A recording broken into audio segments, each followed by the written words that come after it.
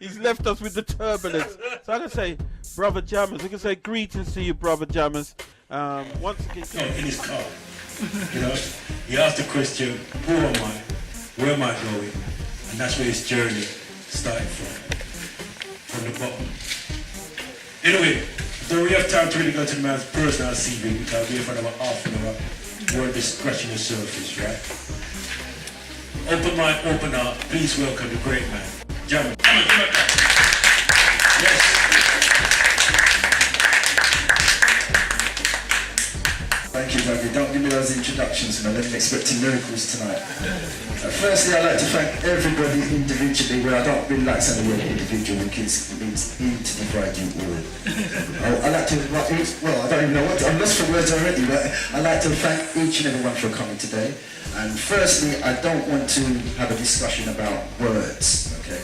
The main thing is I want to, hopefully, and talking, I don't want to just leave you with talking and abstract words. I want to leave you with something that you can go away and use in your life. That's the most important thing about interaction. It's not about abstract discussion of thought processes. It's about transferring energy so it can be creative.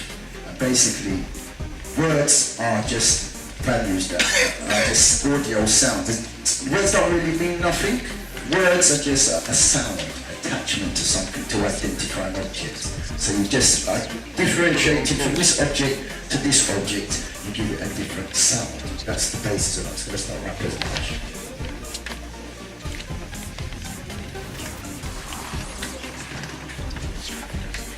Right, so individual, it's just an audio attachment. If you look at all the sciences that have been taken from chemistry, you've got astronomy. The other science that was taken was the art of interaction through us making sounds.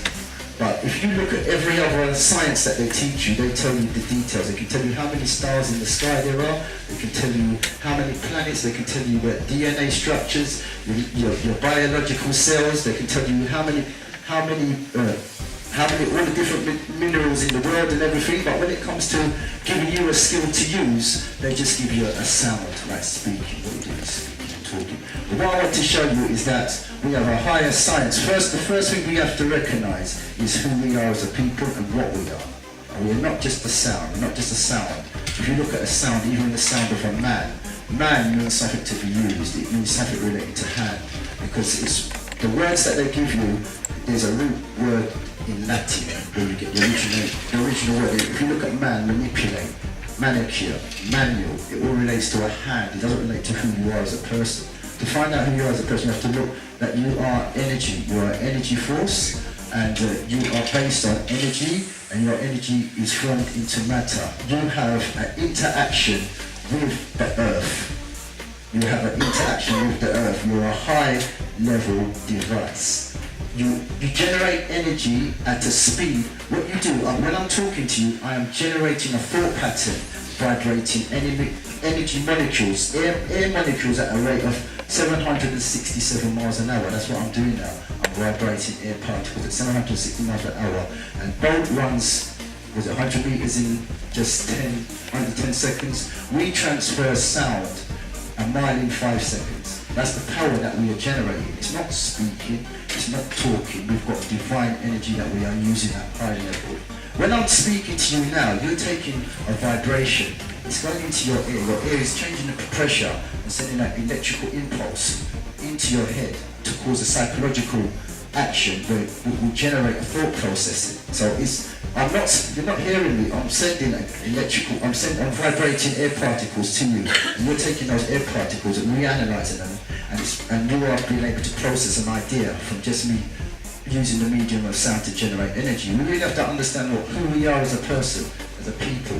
When they give you a word, they're not telling you what the reality of what you're doing.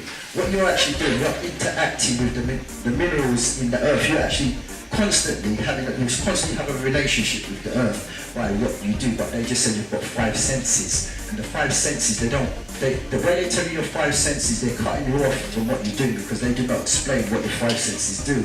They just say you have sight, but they don't explain what sight is. Now sight relates to fire, because you will not be able to see unless you can relate to the fire, the sun source. So you've got a relationship with the sun by your sight. That is your relationship with a higher energy of sight. So your sight is fire. Oh, sorry. I want to be seen. Anyway, right? And touch relates to earth, relates to the earth particles, because earth, all matter, all minerals come from the earth. And the reason why you are able to feel something is because you've got a relationship with the earth. So it's not touch, it's your relationship to earth. You also have, air, your relation to air is your sense of smell, because you cannot smell something unless it's in the air. So you have that interaction going as well. Taste relates to your water, because you can't taste nothing unless it dissolves. So you have this constant interaction with divine energy, vibrating at high process. You're a high processing vehicle, you're not a man or a woman. You're a higher, you've got divine energy constant that you have a constant relationship with. And once you become aware of this, and you become aware of what you really are, and your whole process is to keep this going. In the ancient days, we wasn't classed as speaking and talking. What it was called midunetcha. And midunetcha is every thought, every action is in relation to your higher principle, your higher energy. So every action that you've done, that's why they was able to create the pyramids and the sciences and have the high cultural levels that they had, because everything they done was in relationship with the planet, with who they are. They had higher awareness of their energy process. And this is what we need to reconnect with. Now the air has a special connection with your spiritual aspect, because the first four senses, which I said sight, touch, taste, and smell, they all work by comparing. You at high speed you compare something that you've already had to analyze what you're doing. But with your ear generates feeling to your heart, because the heart's beat, it has a heartbeat, so it generates a feeling to your heart, and it generates feelings, and it generates ideas and thoughts. So your hearing is a special talent that you have to take something that is unseen, that is just here, or it's just an idea, and you can make it a reality. Because someone will say something to you and you'll have a psychological process that will take place, and you can make that reality. If someone says jump, it's just an idea, but you can physically bring that into a reality.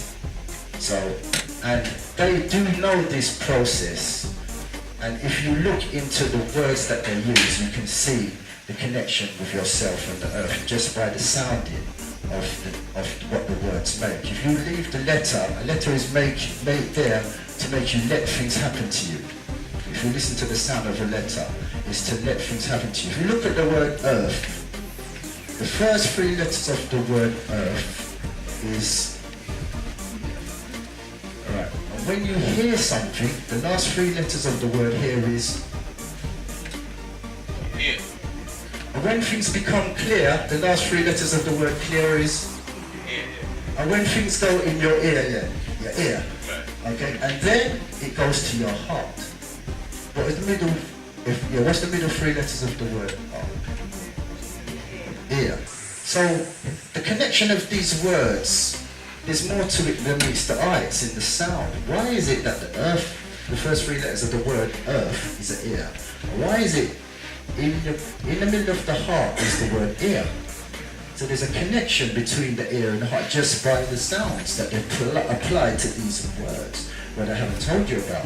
And if you got the word heart, take the H from the heart and put it at the end, what do you get?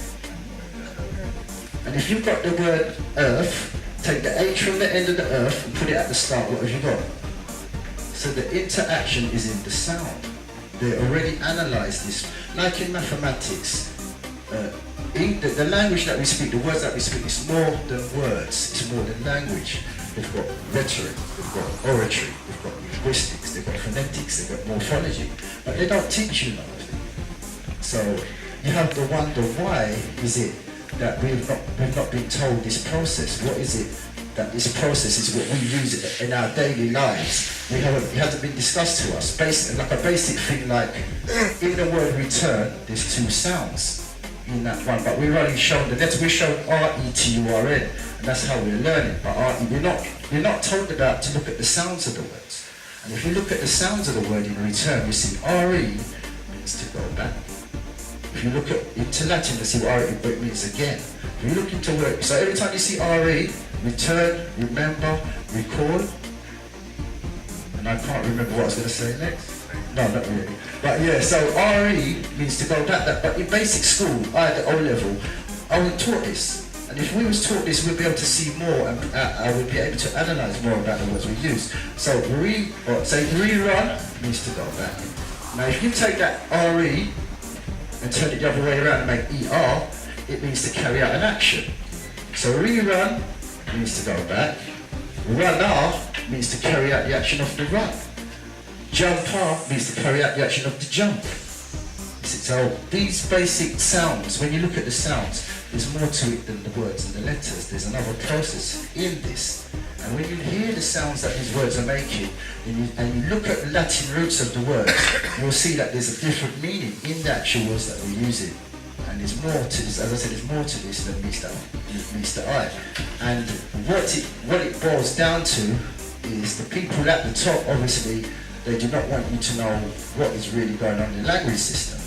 And if you look at how society is based up, there's a higher set of people who are not working, and there's the rest of the planet is working. And if you look at the words that they're using for this process, inside the word learning is the word earning. The only way you're earning is when you're not standing on your own 2 feet and you're working for somebody else. It's in the sounds of the words. If you've got a lot of people running, if you've got a lot of kids running around, the only way to stop them from running around as a baby, you put them in a pen. So when they're in a pen, they can only go to a certain level. If you look at the words that they use to describe the writing object that we use, is a pen. A pen is a holding device. P-E-N, that stem of the word pen is to hold. If you look at something that's suspended, you see the word pen in it. If you look at penitentiary, it's a holding device. In football, when somebody causes a bad foul, he gets a penalty. So this pen is a holding device to hold force in process. The only time a pen is not a holding device is if you put a 0 in it. If you put a 0 in front of a pen, the 0 means nothing. So if you put a 0 in front of a pen, then you get oh pen, and you can go in and out of something. So there's a link between the sound that is used and more than the letter. So a pen is to hold your thoughts in a certain way. And when you write something, if you look at the words write, a writ is an order that you have to follow. A right is an action that you should do without thought or without questioning it. And if you look, we're working to a penal system. So basically, this learning process is really an earning process. It's a way of a set of rules and regulations that you have to follow, otherwise you'll be penalised. So this is the process that has been put in place to keep people in a certain order.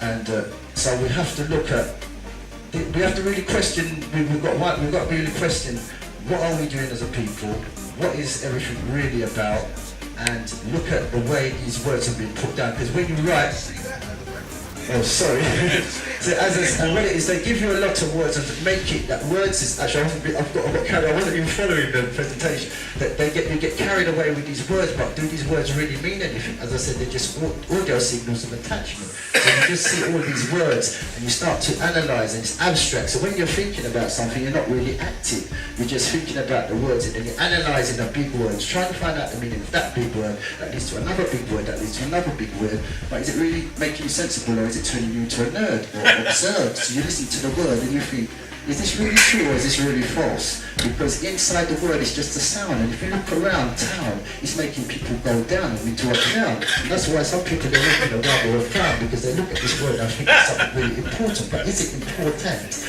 as you as a person, or is a person more important? Is another person important? I'm just showing you by this demonstration of the words that you use. You can confuse and abuse, and you can use to confuse and blow someone's fuse with the words that you use. These words that we analyse, are they really wise, or are they making us even baptized? Is it really advising us in the right way? You know, can you understand what I really have to say?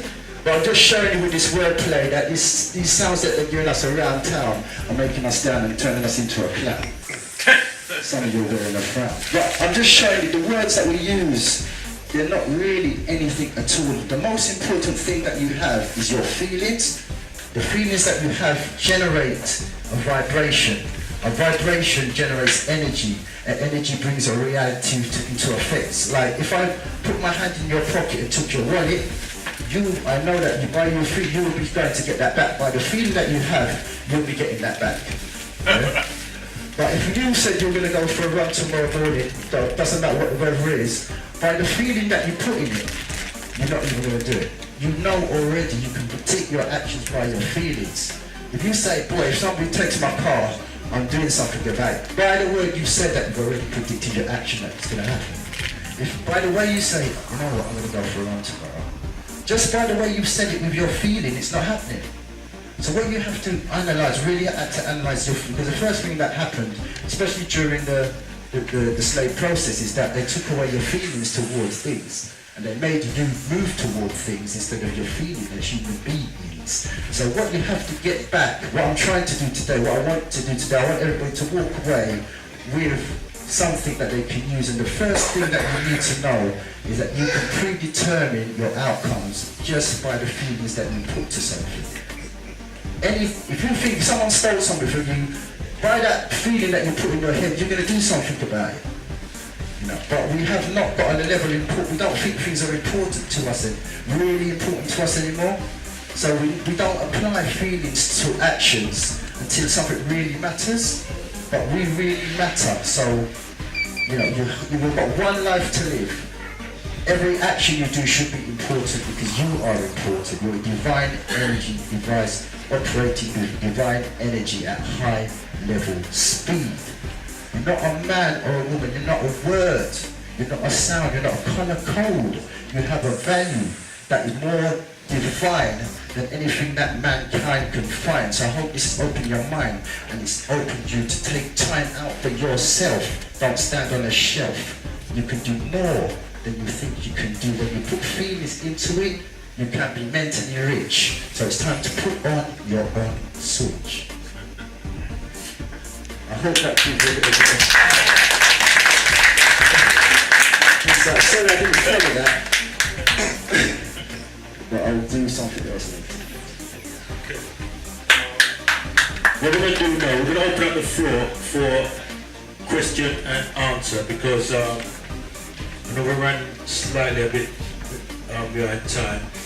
So at this point here, because you know Jam is jamming all of her reason with us and some words and so forth. I know people want to ask Jammers some questions. So at this point here, we're on the floor for question and answer. If you can make your question very to the point, very brief, because we don't want to go around and round and round. Yeah. So I know that Spreader. Good evening, Jammers. Very What's your name, sir? What's your name? Martin. That's right, we have to take more time to, because now we take, alright. We don't, by you being important, and I've got to make you important so that I'm important, and then we can exchange energy in the right way. Because energy is a vibration. That's what we've been told to look at things as value now, and that's why we're losing our energies and going astray. So, yeah, I agree with the whole concept of vibration and energy, and I think your thoughts are very powerful. In terms of the idea of cultural links, and I think it maybe goes back to my question at the beginning before you came in. That level of expression that you may feel you want to do. If that is cut short, what kind of impact does that have on you in terms of your mental stability? Could it even send you crazy, make you mentally unstable, and therefore not be able to cope with the environment that you're in? It's like when you take an animal that's used to being in the wild and you put it in a pen and let that animal back out into the wild, it will think that the world is alien to it and it will go back into the pen. And what's happened is through the passage of slavery, the people that were taken in slavery, through the process they went through, it was genetically modified, meaning that only the best survived and only the best were allowed to breed with the best. But even that, passing that test, they forgot about the rest. And what happens is, if you look, the other races of people have all got their culture to back them up. So they've got like two ways of thinking. They've got an alternative way. The cultural route gives you a strong sense of identity. Even if you're in another land, you still have your cultural identity to carry you through. So when things are not going wrong, you still got another memory base that you can go back to. You see, and most cultures have got a high level of, in the past, have come from a high level of development. But when you've been taken away from that knowledge that you've come from a high place in the first place, and you taste this taste, and you wonder what's happening, and that's why your life will go to waste. So yeah, so it's a problem when you've come up in this place, and then of course, because you've been taken away from your former family, when you get back into your family, they look at you like you're alienated, and you feel alienated by them, so you can't even go back to them. So, if you get what I'm saying. Is it very important to kind of deconstruct a sense of what you do by reading history? Yeah, reading history. And the thing is, I said, what I'm trying to do with this night, this phonetics, you have to develop a relationship with your energies, because the energies is your source of life. And that's what makes you beyond the level that you're put on. So, okay.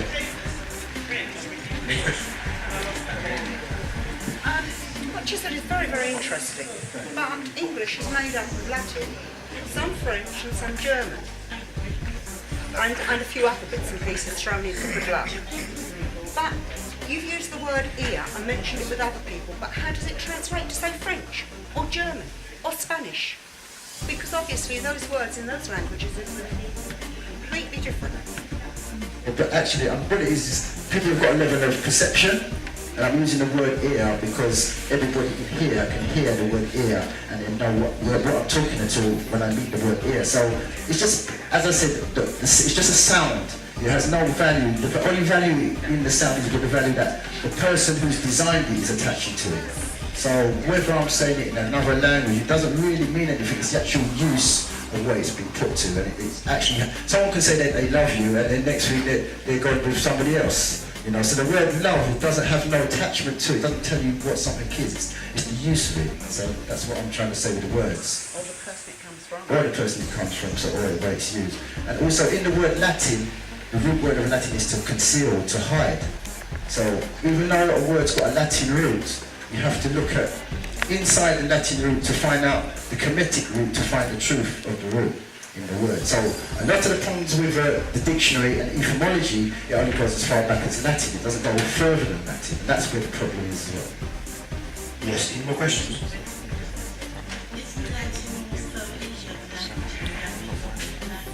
Yeah, well, there's a root word there's a root. Most languages have a root, and they base it, well, the Western society bases it towards Latin, or is it Sanskrit? They base it to, yeah, Sanskrit. Basically, it only goes far back as Sanskrit or Latin. It doesn't go back further to, and of course, people did speak before Latin, but it's kind of not put in the equation. So we have to add that to the equation rather than take their equation.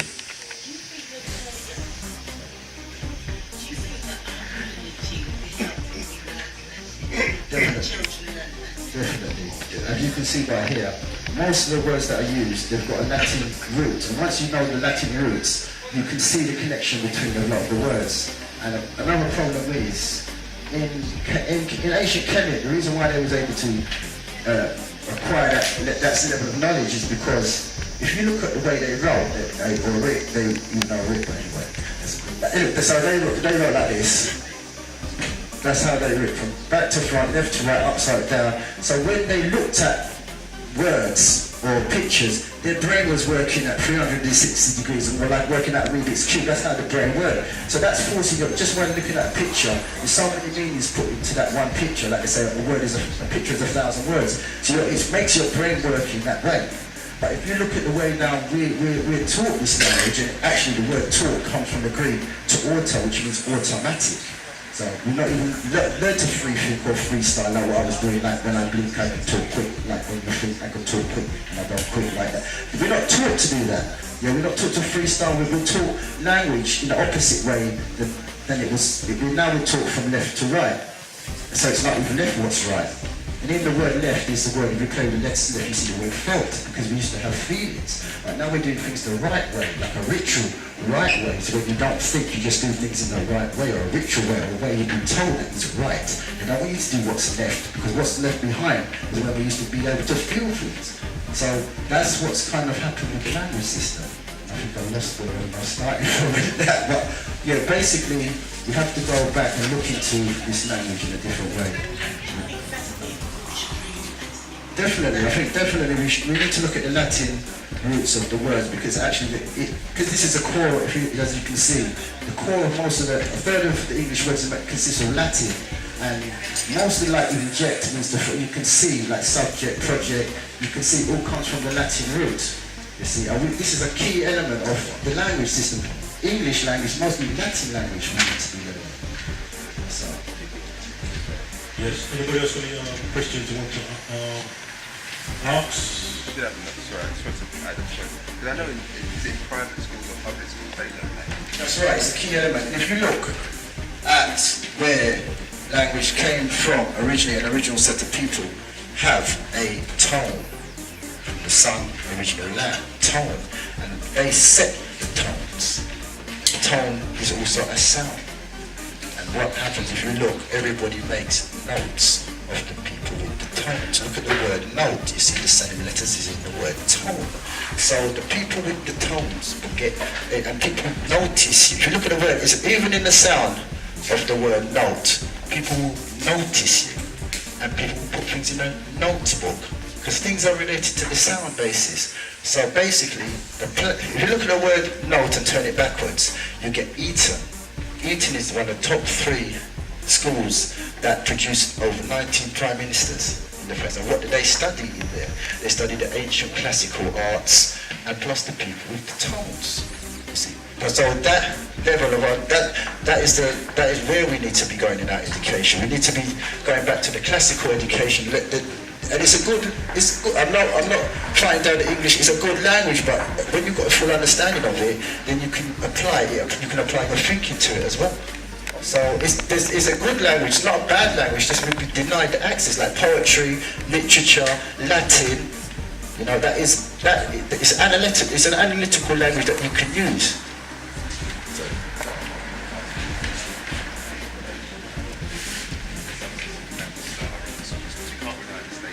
I'm a teacher myself, that's what I am. And a lot of the subjects that would allow people to be creative, like music, like drum, like dance and so on and so forth, like art, drawing and so on. They wanted to push to one side and get rid of them. What they want to learn are these geography, history, you know, and even stuff like politics and ethics. And that's very, even like where technology is going today, everything's going towards technology, where we should be in a place like the library where the books are. This is the place to be. You know, this is the place of learning. But even the system that we're learning is taking us away from the books. You know, so what you're saying is true. We need to have another tool of learning, because it's not working. If you look at what's happening nowadays, it's not the system of education, which I believe is one letter short of medication. Because in medication you've got a doctorate. Education is a doctorate. In a certain way. But there's nothing wrong with the English language. I want to get this message. There's nothing wrong with the English language. It's just that you need to have a full understanding of the English language. Yeah, there's 3 types of English. You've got everyday English, you've got business, you've got business. Then your next. Yeah, the 3 types of English. You've got everyday English, you've got big business English, and then you've got legalese. Right. And that's what's damaging to us. Because that's what's controlling us. These you know, they've got us in this cacophony that they've created. It's fine in politics, but not in our lives. See what I'm saying? So it's, that's where it is. It's the 3 Englishes.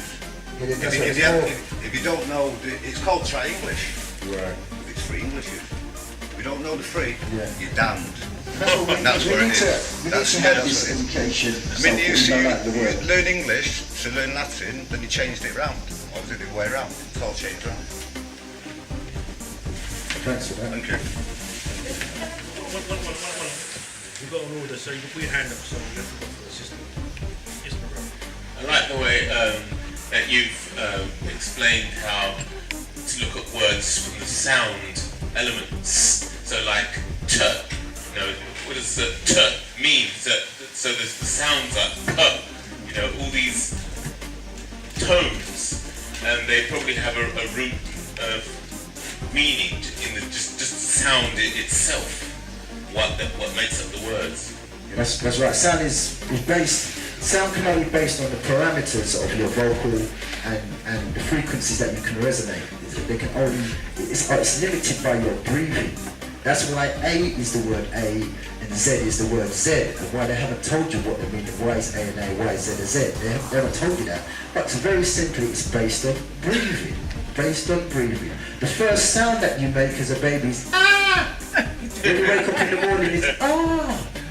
So the first sound is the A, ah. You work through the breath, taking a breath. The last sound is the Z, because when you're sleeping, it's a or when you die, the air leaves your mouth. So it's based on the process of your breathing, and that's how language is. If you look at analyze the alphabet, it's based on the breathing, like up and down in relation to breathing. And it also, funny enough, the words relate to your movements of your body. Like smile, it makes you smile. Breathe, it's the action of breathing. And when you say high, you actually, the sound is coming in your head. When you say low, so there's more to this than meets the eye. It's in the air, the answer. I hope I'm making myself clear. There was a fellow called N.M. Wynne, and he wrote all about Latin, which is available now. But he did do some work in America where he taught African Americans in a very large part of Chicago Latin, and they improved overall for 5 years. Every morning before the first lesson, he taught them Latin, and they made so much progress that he was back from doing this. And but he's now got a book out. He's got Right,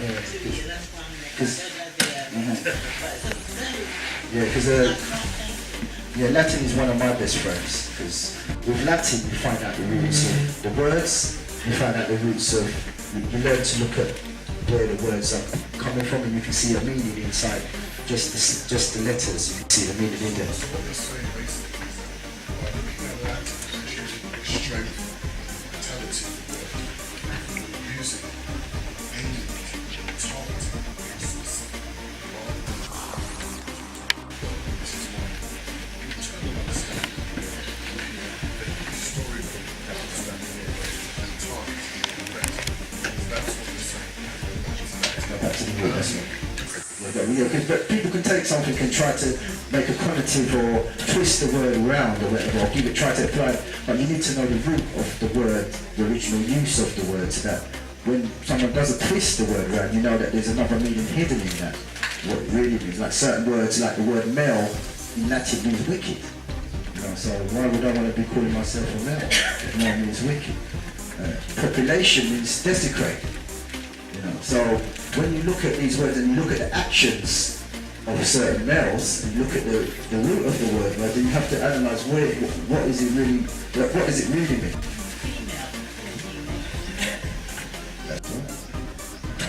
In the word female, you can see the word like emotion is an energy outwards. E stands for the outward energy of motion. Motion. So when someone gets emotional, they're making energy motion. Inside the word female, you can see the word flame. You can take one of the E's away, see the word flame. And a female is called a mother. Take away the ER, you see moth. A moth is attracted to light, a light carrier. So the woman is a light carrier. And inside the word female is the word flame. Also, womb man, really, because they have the womb that carries. Yeah, so it's really womb man. So it's very important to understand the roots of the words then, because words carry power. Just prepare. I totally agree with regards to understanding the roots of the word also. But words can be manipulated, and the way they are processed in terms of the enunciation, the pronunciation, the presentation of words can sway and can cause people to think in other ways. You know, it can motivate, as I had said before. You know, words can educate, words can cause you to hallucinate or to all of those other aspects of it. So there are people who have developed the art of manipulating words with in terms of word sound you know, like people who have developed like being motivational speakers, you know, like say Martin Luther King, and certain techniques that are utilized to cause you to think in a particular way or to move you into a particular action in that sense, you know. So I think the debate actually is quite vibrant with regards to the etymology of words, and then I would want to just add with regards to the usage, you know, the way it is utilized, the way it is spoken in that sense. It can cause a lot of vibration, you know, and sensation and all those stuff.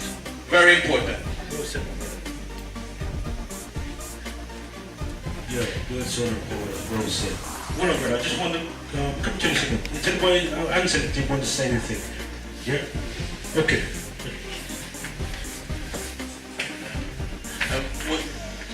Would you put, have you got anything to say about accents? So when I say accents, like you can accentuate a word. You can say word, or you can say word, or you know, a sentence.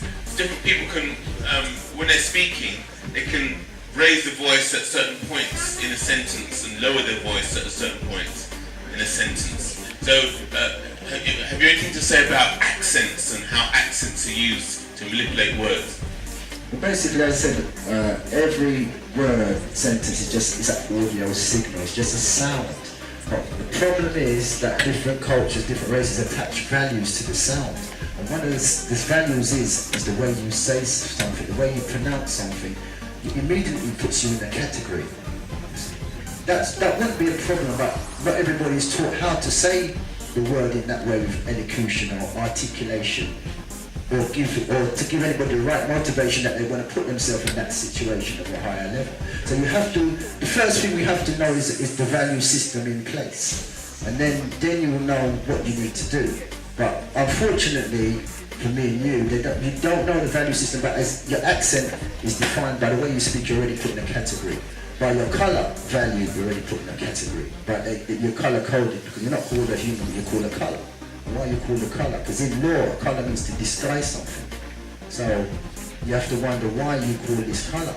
And to colour something means to not show you the full facts. And that applies to everybody, both, I don't say white and black, it's just that it affects the black more than it affects the white, but the white is still affected the same way. So it's not a racial thing, it's a situation that we're in, that the values in this system, there are values in the system. So when someone says black to you, you have to find out what it means for them. Because sometimes if someone says black to you, it might not be such a good thing. Because in this system, every word you see, every time where you see the word black, it means something bad. So is that a word you want to apply to yourself amongst a certain set of people? Well, if it's in the black, it's a good thing. So we have to get, as well, we have to get away from the colour and the colour codes and the language and the lands where we come from, because we're united by, as I was trying to say, the divine energy. We've got, this is what we can use. We can't use a language standard, but we can use the energy that we've got within us to make a reality. Once you know, you're in command of what you can do. You've been given the tools, not to pray in the sky or be on your knees. You've got the ability to do it yourself. That's why you're not getting your help. You're not getting no help because you can do it yourself. But you've been told that you have to wait on somebody else to do it for you. You haven't been told about your divine energies that you've got inside. As I said, tonight I don't want it to be a talk, abstract talk about big words. I want you to start to use your energy to achieve what you can achieve, because you've got the ability to do, as long as you don't believe. Because belief means to doubt, and that's another story. Okay. Right, at this point here, we have Steve, who will be doing a performance for us. Because you know, we've got a time challenge. So, and then after that there'll be some networking, and also people can purchase the of the book. So I don't know if Steve, you got yourself together, my brother? 1 minute. We're literally giving 1 minute, yeah? So while we're going to use 1 minute wisely, how do you find but first let's big up Jam, let's give him a clap. Yeah, as a scholar of words, you know, I see he's done a lot of work in that particular area there. And how you find the whole, you know, his whole presentation, how you find it? That's the first thing. Very good. Very good. Very interesting. Long needed. Long needed. Why do you say long needed? Just to say very quickly. Something I've often thought about because I read a lot, but I've never found anybody addressing the issue, especially from an African point. So, from what you said that, therefore, we should have like an institution or a school being the whole thing about decoding language and the tones and the vibration. Need a book on that. Okay, well said. Yeah. Anybody else want to say something very quickly? Okay, can you pass the mic to the lady? Please?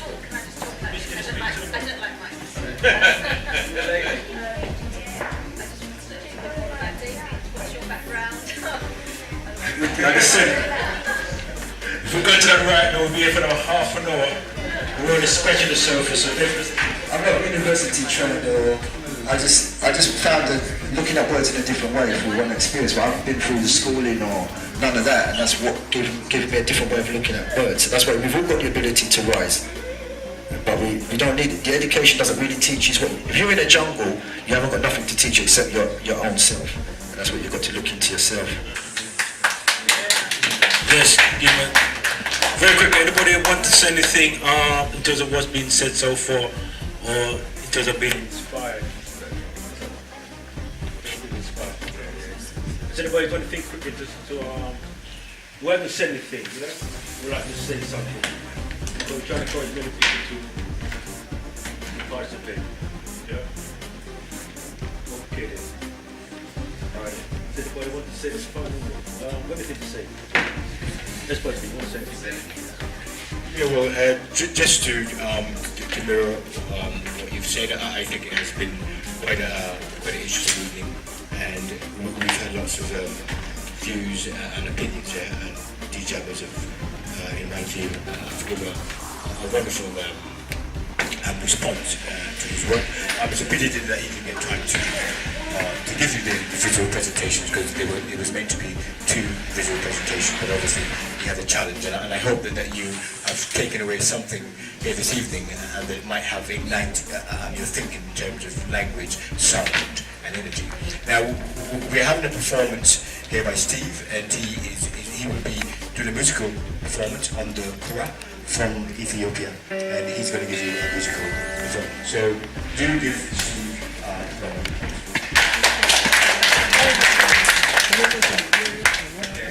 Those who don't know,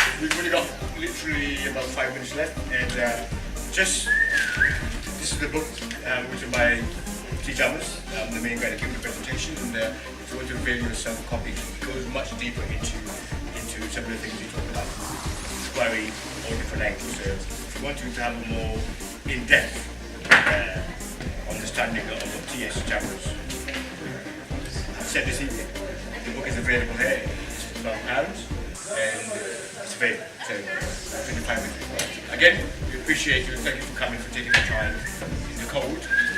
You could have been somewhere else watching Dead in this, but you chose to be here. Thank you very much.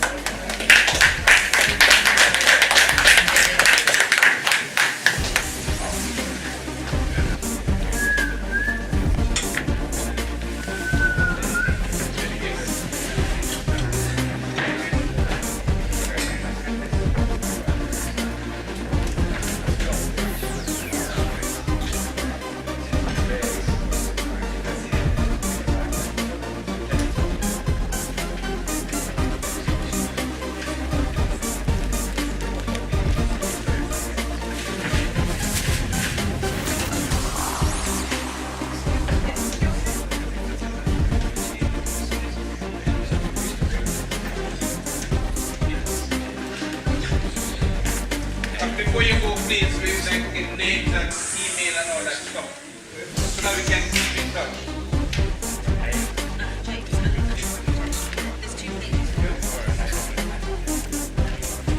You want to have you put yours?